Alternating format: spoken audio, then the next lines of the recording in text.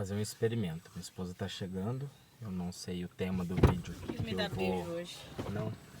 Não sei o tema que eu vou fazer agora, falar agora, mas eu vou pedir ajuda dos universitários.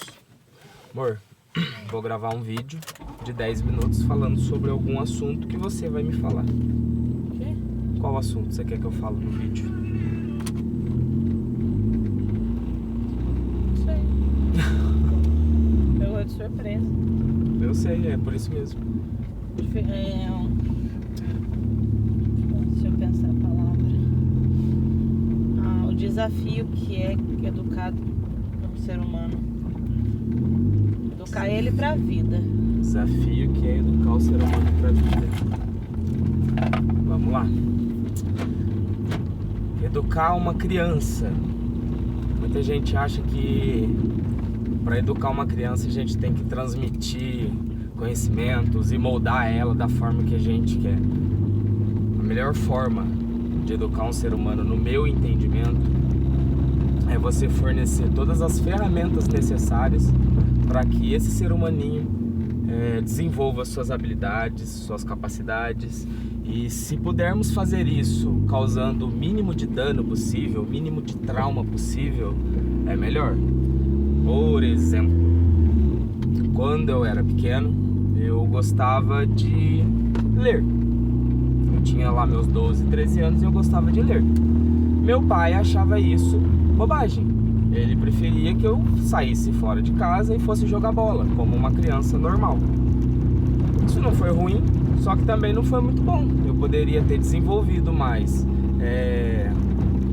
as minhas habilidades que eu já tinha, do que me sentir deslocado, sabe? Me sentir um peixe fora d'água.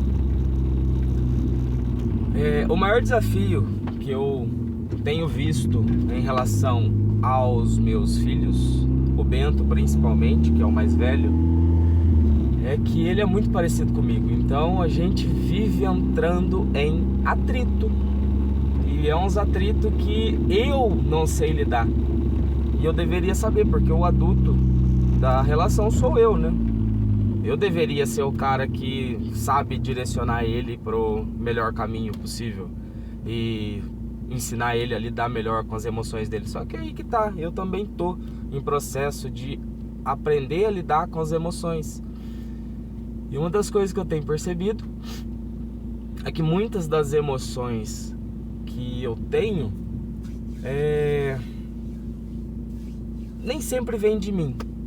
Agora, se isso é uma habilidade específica de mim, eu já não sei. Mas eu percebo que o meu menor também faz isso. Muitas vezes quando eu estou irritado, estressado, ele também está.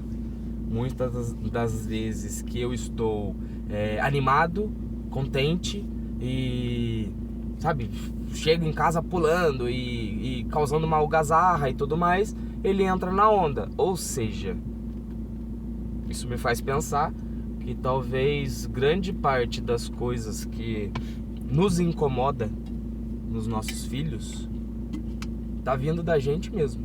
Pelo menos isso é o que eu entendi. E eu tento ao máximo, quando eu tô com eles, ficar numa zona neutra, sem fugir do presente, né? Sem permitir que a minha mente entre em pensamentos que não vão levar a nada. Tô evitando ao máximo me perder nos algoritmos aí das redes sociais, do YouTube, dessas coisas, a menos que ele esteja assistindo. Às vezes ele tá lá assistindo os vídeos dele e eu fico lá do ladinho dele, curtindo os vídeos, e às vezes eu acabo me envolvendo bem mais do que ele nos vídeos que ele tá assistindo.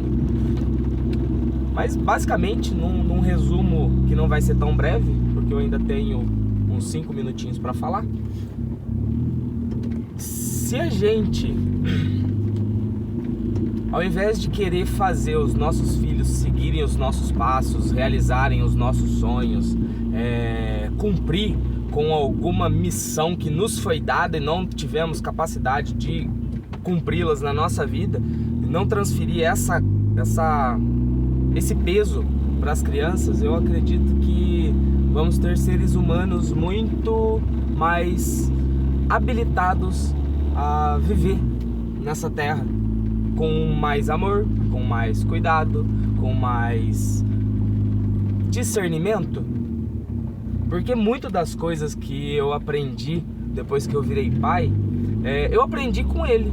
Ou seja, a criança não vem uma tábua rasa, como a maior parte das pessoas acredita, que a gente que vai enfiar. Inclusive tem professores que acreditam dessa forma, que a criança é uma tábua rasa, é uma folha em branco, que você que vai escrever as coisas ali. E de fato porque quando você acessa o coração de uma pessoa, e não só criança, você tem poder sobre essa pessoa. Então, tanto as palavras boas quanto as ruins que você direcionar para essa pessoa, como as barreiras do coração dela tá baixada, vai entrar, tudo vai entrar.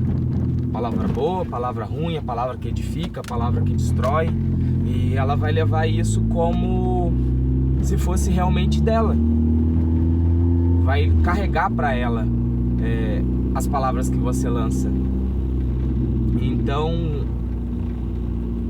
basicamente o papel de um educador, e não só os pais, essa mensagem serve para professores também, ter cuidado com o que a gente está enfiando na cabecinha e nos corações das crianças, porque eles vão levar muitas das palavras que a gente ouviu na nossa infância, a gente leva até hoje.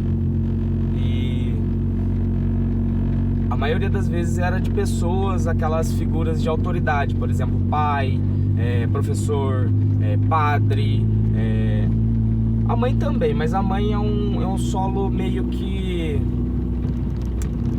acalento. Então, tipo, a mãe tem peso na nossa criação, só que ela tem um acesso mais direto ao coração. Então, basicamente, até os medos internos da mãe que nunca são expressos acaba entrando no coraçãozinho do filho. E eu sei disso porque muitos dos medos que a minha mãe tinha, e ela tem até hoje, eu precisei trabalhar muito para superar. E é isso, basicamente. Eu acho que eu consegui, no improviso, falar de um assunto que eu não estava preparado. E se fez algum sentido para você que está me assistindo, já curte, deixa um comentário falando a parte que você mais gostou, que mais achou interessante. Se acha que alguém vai gostar dessa reflexão, dessa mensagem, dessa palavra que eu pronunciei aqui, já compartilha também. E se inscreve no canal, porque mais vídeos estão a caminho. E é isso. Obrigado e até a próxima.